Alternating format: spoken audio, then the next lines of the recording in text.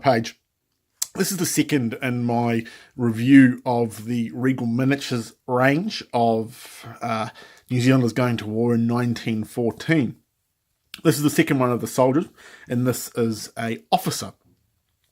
We can tell it's an officer from the wearing of the Sam Browne belt system, which was a heavy leather belt with a loop that went over the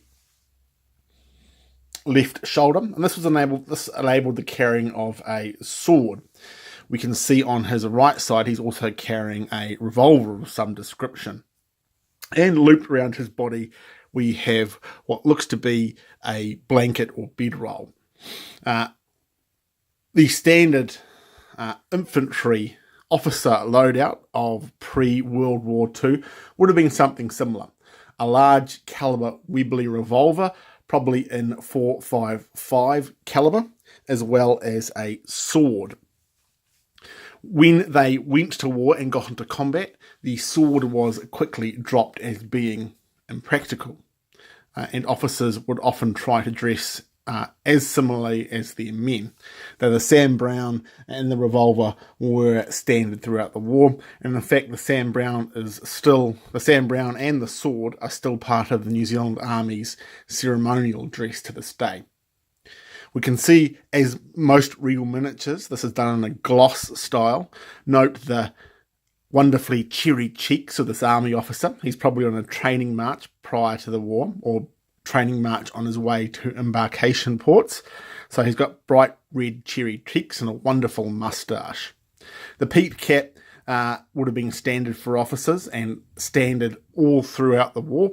It would have been supplemented from 1915, 1916 with the Brodie helmet, which would have given him some level of protection against shrapnel from artillery fire. The standard New Zealand green uniform. The shoes he would have been wearing would have been self-purchased. In fact, this entire uniform would have been self-purchased by the officer himself, unlike soldiers who were issued it.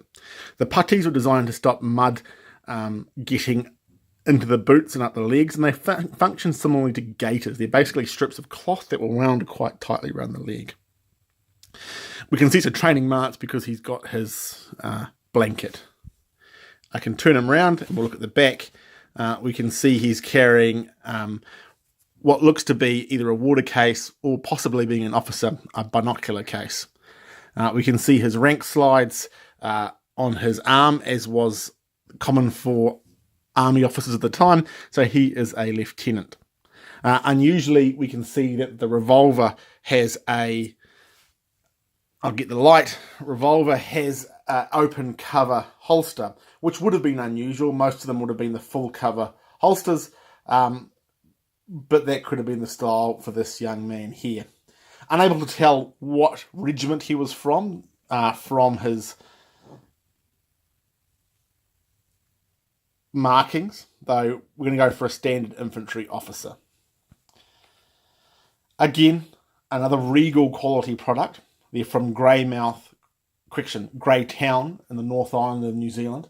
There are actually two large-scale, I shouldn't say large-scale, but two manufacturers of miniature soldiers or lead soldiers, one being Imperial Miniatures and the other being Regal Miniatures, both from Greytown. I really love the Regal miniature range. They are very, I think, colourful and interesting, and we've got a few more. The next ones we'll start going through the Gallipoli series, then onto the Western Front series. As previously, I received no money, endorsements, or products from Regal. These are all my own miniatures. If you like this video, click the like button. Thank you very much.